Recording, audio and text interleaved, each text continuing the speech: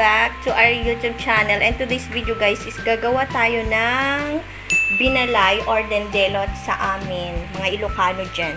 Okay guys, ito yung ating mga kailangan. Kailangan natin ng dahon ng saging. Ayan. And then yung ating glutinous rice flour or yung malagkit powder. Kailangan din natin ng panutsa or ang tawag sa amin nito is yung tagapulot. Ayan, yung mga Ilocano alam nila kung anong tawag nito, tagapulot. O yung minatamis. Pwede rin naman yung mga maskubado, ganyan, asukal. Pero ito talaga yung karaniwan na ginagamit sa paggawa ng binalay or dendelot. And kailangan din natin ng, ayan, nyog, yung pagpiga ng nyog. Okay guys, start na natin and then ipapakita ko sa inyo kung paano gagawin tong dahon ng saging. Okay guys, let's start our cook. Ito lang naman siya guys.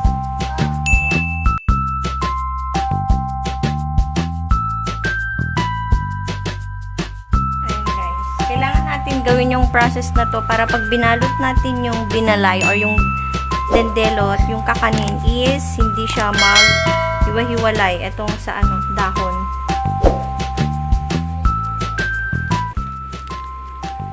So ito na yung ating glutinous rice. Lalagyan lang natin lahat ito guys.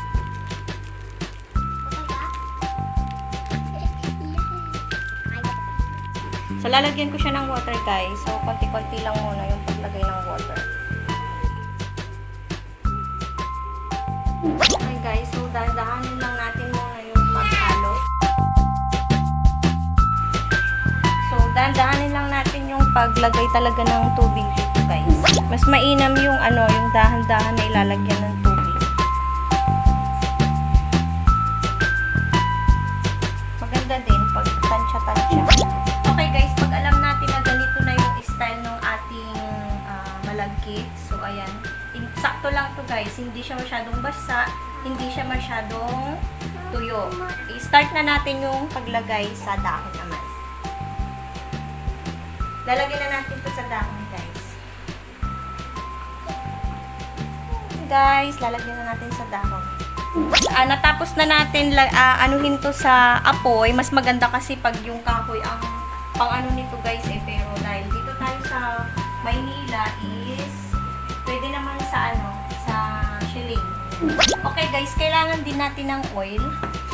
Dahil, ayan, igaganyan natin siya para hindi maghiwa-hiwalay yung malagkit. And then, mas mainam kasi guys na yung pinagpigaan nitong nyog na to, mas mainam na dito ganun sa probinsya yung sa amin lalagay. Pero, wala.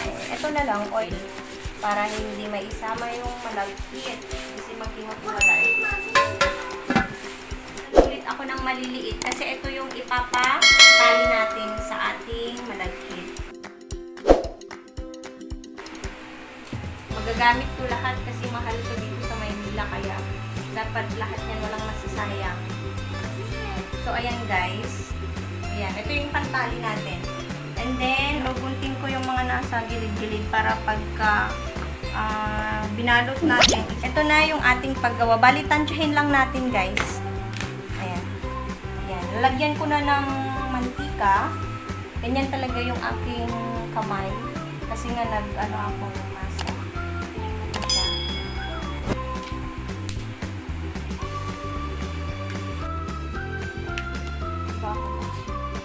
Pili ko nasa probinsya natin ako pag ganito.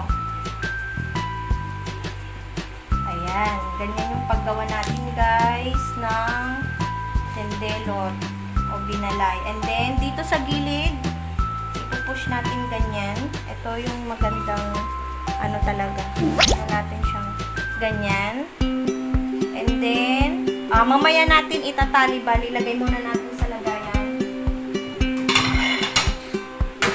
Itatali na natin siya mamaya guys pagka naka 3 or 5 na ako.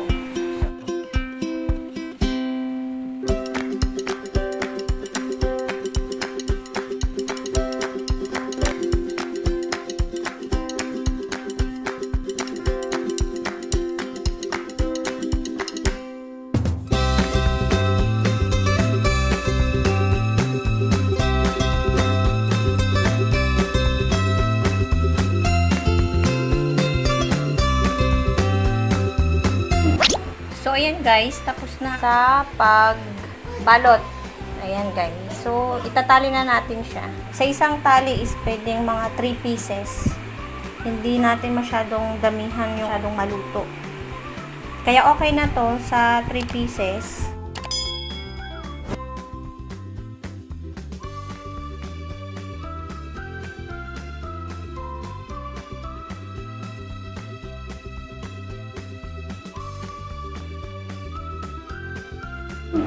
Nakakamiss talaga pagka sa probinsya. Pero parang nasa probinsya ka na rin kasi nafe-feel mo pag gumagawa ka ng mga ganito, nafe-feel mo na nasa probinsya ka talaga guys.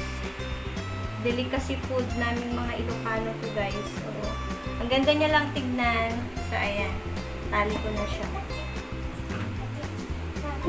Okay guys, sa kalahating kilong malagkit powder or glutinous powder is makakagawa tayo ng ayan, 1, 2, 3, 4, 5, 6, 7. Nakagawa tayo ng 21 pieces, guys. So, ayan. Depende rin kasi sa paglagay ng malagkit dito sa dahon ng saging. Sa akin kasi is, sakto lang yung pagkalagay ko. Ayan, tingnan nyo naman siya, guys.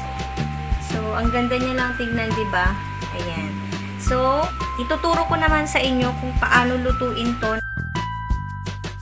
Iluluto na natin ito guys. Bali, ipapaano lang natin ito. Let's go! So, ayan guys, ilalagay natin itong unang gata ng niyog.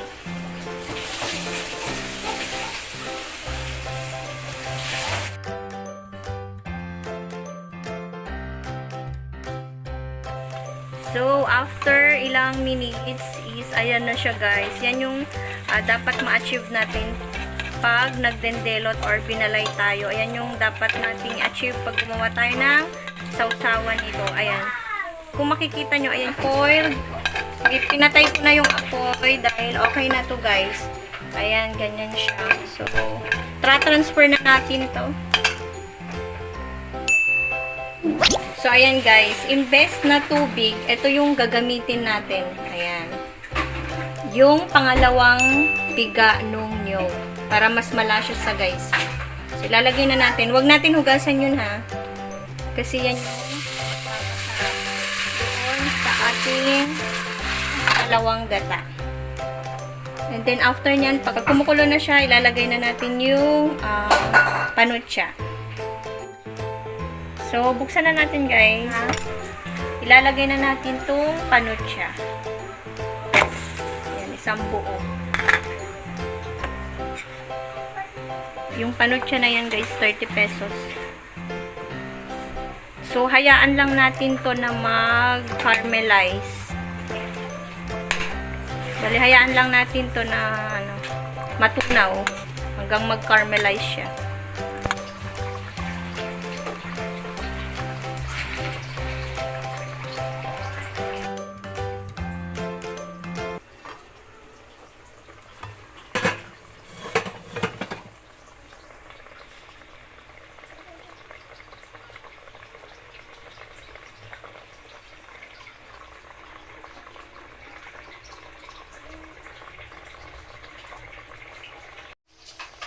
So, ayan na siya guys. Konti na lang, matutunaw na to.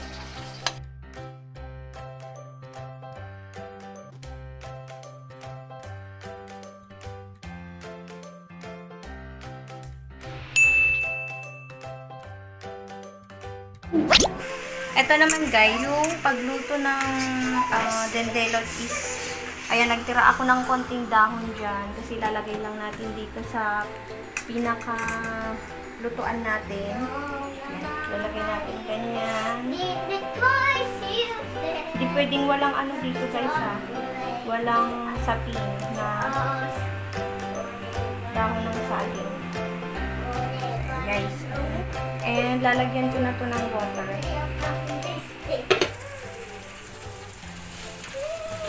So, ito na yung DIY na ginawa ko guys. Ayan. Nilagyan ko lang siya ng konting water dyan ha. Parang i-steam lang natin ito guys. Then, tatakpan na natin.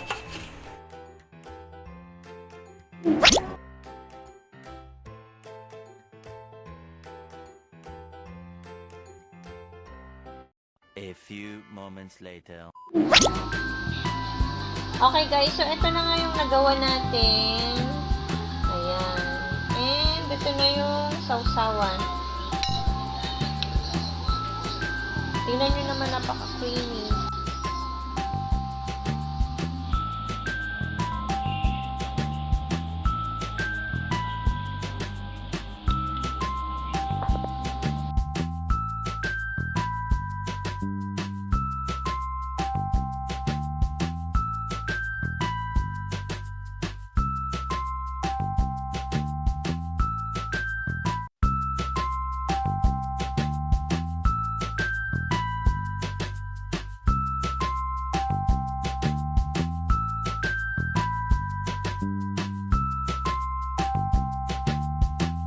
Kain, tama na. Sarap? Ayan. Sarap, So, Bibi? yummy? Yummy? Ang dami niya nang nakain, guys. Dami na. So, ayan, ako naman ang titikim, guys. Yummy, so good. So good daw. Oh, yummy.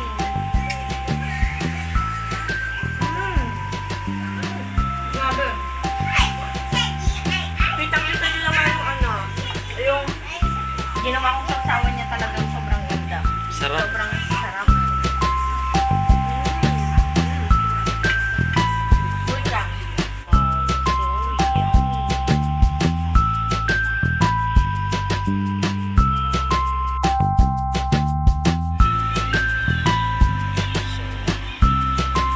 Sige, ganyan. Tapos i-ano ko ganyan.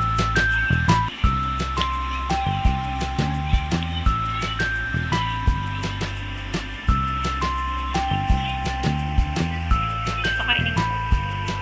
Kain tayo. Sama. Grabe sarap.